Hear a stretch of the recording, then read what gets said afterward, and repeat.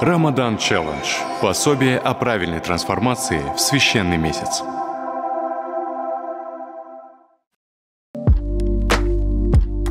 Үш тәлімгер. Екі қатысушы. Бір мақсат. Рамазанның пайдасы мен игілігі. Барлығы да оңай, қолжетімді және түсінікті. Ассаламағалейкум достар, менің есімім Дарсил. Мен Invictus'ты фитнес жаттықтырушымын. Қасиетті Рамазан айында жаттығуды жалғастырамыз. Бүгін бізде аяқ күні. Бастау үшін біз баспалдақтарда ширату жасаймыз. Содан кейін кеудеге гантельмен, содан кейін арқаға штангымен бірнеше рет соққылар жасаймыз. Және соңында балтырларды шайқаймыз. Сізге осындай жоспар қалай?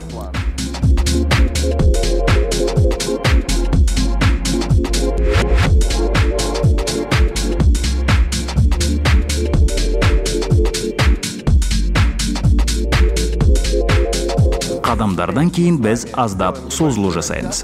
Біз аяқ жаттығуларына қатысатын бұлшықеттерді созуымыз керек. Бұл әдетте квадрицепс, бицепс бұлшықеттері. Асықпаңыз. Аяқтарыңыздың барлық мүмкіндіктерін пайдалану үшін жақсы созыңыз. Сонымен сіз осылай тарта аласыз. Жаттығу алдында белсенді созылуды жасаған дұрыс, яғни осылай тербелуге болады. Ал жаттығудан кейін статикалық әрекетті жасаған дұрыс, яғни қандайда бір позицияда қатып қалыңыз және бәрі қалай созылатынын сезініңіз. Бірақ қазір бізде аздап серпінді созылу бар. Біз оған көп уақыт жұмсамаймыз және қазірдің өзінде бастаймыз. Бірінші жаттығу. Гантельді алдыңға коблет скват жасаймыз. Ол не үшін?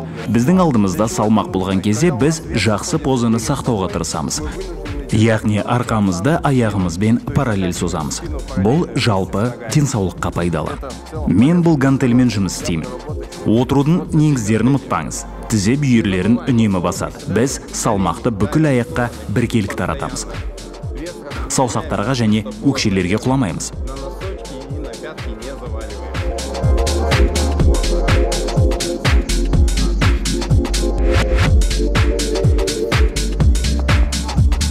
Мен бұл жаттығуды 4 рет 8-ден 12-ге дейін қайталауды ұсынамын. Бірақ тағы да бәрі сіздің сезіміңізге байланысты. Келесі орындайтын жаттығуымыз арқада штанга ұстап еңкею.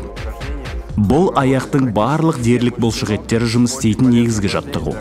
Аяқтарды дамыту үшін өте пайдалы. Тағы да қайталап айтамын. Оразадағы жаттығулар кезінде сіз өз режиміңізбен жұмыс істеуіңіз керек. Яғни, ешқандай экстремалды салмақты көтеруге, рекордтарды жаңартуға немесе басқа нәрсеге тырысудың қажеті жоқ. Өйткені біздің денеміз үнемді режимде жұмыс істейді. Ыңғайлы жаттығыңыз, яғни мұнда қандайды бір рекордты орнатудан гөрі организміңізді сақтау маңызды. Мен бұл жаттығуды 4 рет 8-ден 12 қайталауға дейін ұсынамын. Дәл осылай.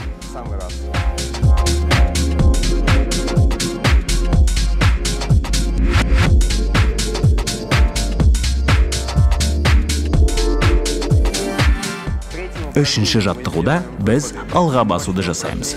Күшті жаттығу. Жасаған адам менің не айтып тұрғанымды біледі.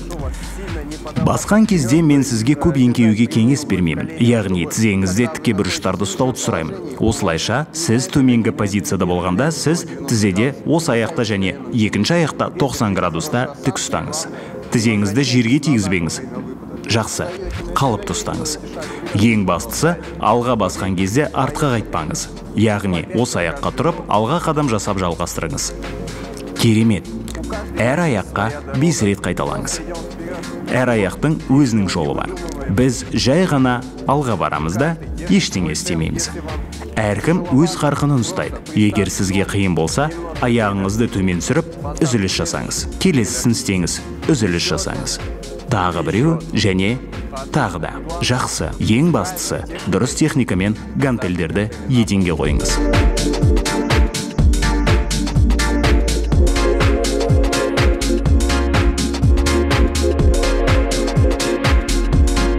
Қорытындылай келе біз балтыр бұлшықеттерін дамытамыз. Сізге штангының блинчигі секілді қандай да бір бет керек. Саусақтарыңыз табанға бекітілген, бұл сүйек осы құймақтың шекарасында болу керек. Я осылай. Және сіз біраз салмақ ала аласыз. Бұл әсіресе жігерлі жігіттерге арналған. Салмақсызда жасап көруге болады. Аяқтың ұшымен тура тұрып, қайтадан өкшемізбен төмен түсеміз.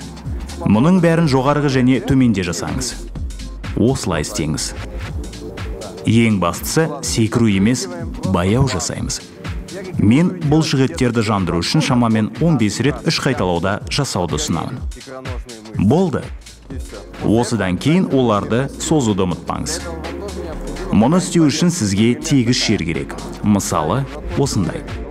Біз аяқты бір деңгейге қойып, тізені түзетіп, жамбасты алға жылжытамыз. Содан кейін балтыр бұлшықетті өте жақсы созылады.